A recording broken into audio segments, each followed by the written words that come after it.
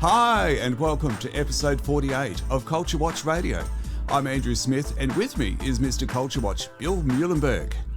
Bill, in the old days, which were not so long ago, there was this Aussie saying that if someone didn't know they were Arthur or Martha, it meant they were totally confused and bewildered. Now, it's a real thing.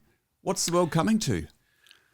Yes, Andrew, it certainly is that way. We've got plenty of confusion in just about every area of life, not just human sexuality, but you name it.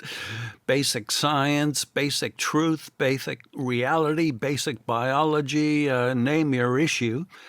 And there's plenty of confusion, plenty of insanity, really. We've thrown rationality out the door, reason, facts, evidence, data, science, reality. It all seems to have been taking a real beating as various activists with various ideologies and agendas are just coming along and destroying everything in their path. In fact, we speak of things like critical theory, and that's the whole purpose of it, to basically critique and destroy everything. They hate the West, they hate Western values, they hate what made the West great, which included, above all, the Judeo-Christian worldview. So we now have a relentless attack on all things Christian, on all things rational, on all things moral, and all things sensible. So a few of us who are still around, we're trying to give a bit of sanity and reason in a culture that's gone mad. Yeah. On the line with us, we have Kiralee Smith. Kiralee, you were previously very annoying to the powers that be and very effective with your Halal Choices effort. What happened with that? Oh, thank you for that kind introduction. I feel like we went as far as we could go at the time with Halal Choices. So it was a very accidental kind of setup where I started to realise that there was a lot of rot and difficulty going on with the halal certification industry in Australia. So I set up a shopping guide for people who wanted to know what was halal certified and what wasn't. That led to it just exploded in a way that I could never have predicted. And ultimately it led to a Senate inquiry. And it was a fabulous inquiry. It was very comprehensive. It had one of the biggest responses at that time to date. And we had hearings, and Corey Bernardi and Sam Dastiari at the time were very involved in that inquiry. We came out with 9 fabulous recommendations that would have corrected the industry and protected Australians from paying the halal certification fees unnecessarily. Unfortunately, it was passed on to the government of the day, who swept it under the carpet and refused to act on those recommendations. So basically, it's died a slow death at the hands of the coalition government. Wow. And they're supposed to be the good guys. Exactly. And as a result, a lot of different things happened. I was taken to the Supreme Court in a defamation court case that was settled outside of court.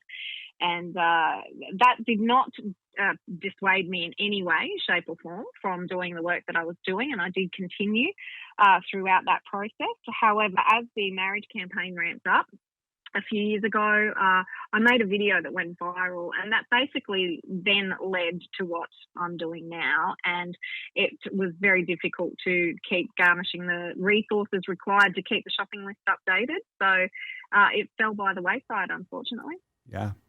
So you've been doing this binary effort. What exactly is all that about? So I've been involved with Binary now for 3 years as the national spokesperson and a director, and that was born out of the ashes, basically, of the Marriage Alliance, which was very active during the same-sex marriage campaign, and a lot of warnings given, a lot of details of what would happen if we degendered marriage. And unfortunately, after we degendered marriage, we've seen those warnings come to pass in the fact that we're now degendering so many aspects of society. So binary exists to counter and to educate and inform and to lobby on behalf of biological sex, which, it's actually crazy, isn't it, that we have to defend the reality of male and female, but that's what we're doing. So we run campaigns for information and educating the public, but also lobbying the government to get laws changed so that we can protect biological sex-based rights. Yeah. You've been involved in a couple of very effective campaigns now, one, of course, which is still going. Have you actually noticed any similarities in when it comes to getting the truth out and the nature and who your opponents are? Yes, 100%. This is all, it's all born out of the cultural Marxist agenda, which has, been around for more than 100 years. And anyone who's listened to your bill for 5 minutes knows all about that.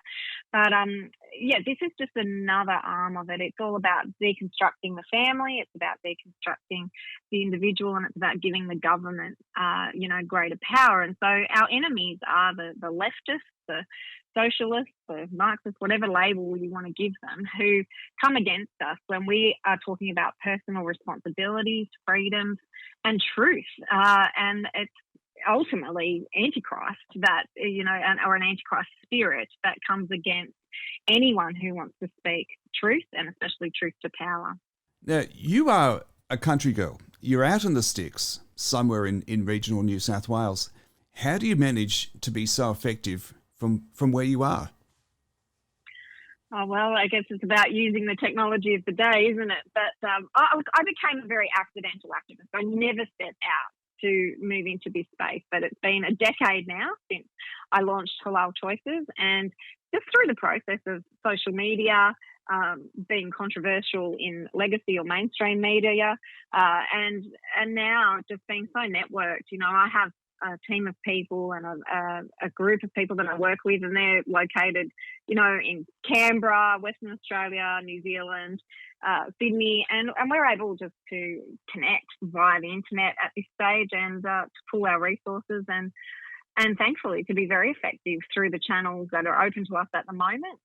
And we're working hard on growing things like our email list because as Bill, the social media sites are nothing to rely on. And so we now have around 50,000 subscribers. And this is an issue that goes across many different spheres. So whereas I guess I once had, very strong opposition by the homosexual lobby, they're now contacting me and working with me constantly because the very existence of homosexuality relies on biological reality, and that's being threatened for them. So it's a very interesting time that we're living in. But yeah, I guess that the nature of what I do and the tools that we use help me to be very effective at this stage in the message that we're trying to communicate. Yeah, that's very interesting. Interesting times indeed, as the saying goes. Bill, what's the big picture here? Well, there's a number of takeaways we can get from this short interview. In fact, this whole series of interviews is teaching us a few things. One, that, ordinary mums and dads, kind of ordinary people can make a huge difference. As Kirli said, it was not her interest or intention to get involved in this. She never was a politician or some big cheese activist, just a country gal who was very concerned about what she saw happening around her. First with political Islam and what was happening in the area of halal certification, a very important field indeed. And she was hugely successful there, even though sadly the government that should have backed her up didn't. And then now, of course, the whole trans revolution. Some of us have been writing on this heaps. I've done plenty on, the predecessor, the sexual predecessor, if you will, with books and articles on the same-sex revolution. And now the whole trans agenda, it's been massive. 15 years ago, nobody was talking about the trans ideology. Today, it's absolutely everywhere. So to have somebody like Kiralee fighting the good fight, standing strong, again, not necessarily having a dozen PhDs after your name, not being in Canberra, not being some top dog lobbyist, but somebody who simply cares, somebody who will read and think and pray a bit about the issues of the day. I do recall seeing young Kiralee, I think on Sky News some years ago, might have been with Halal Choices. She may have been on more than once, but that gives me hope. Just ordinary moms and dads concerned about their country, concerned about where things are headed, taking a stand, speaking out, getting a bit of courage, and making a real difference. Well, that's how we turn things around. In fact, that's kind of how the other side works. They're just at it, always pushing their agenda. So we need many more Kiralee Smiths. So we're very thankful for her, and we need to keep her in our prayers. And may God bless her terrific ministry. And how good is it that she turned up? Always on the pulse, there's more at the Culture Watch website. And we'll see you again next week with another episode of CultureWatch Radio. Subscribe where you listen at SoundCloud, YouTube and Rumble so you don't miss a thing.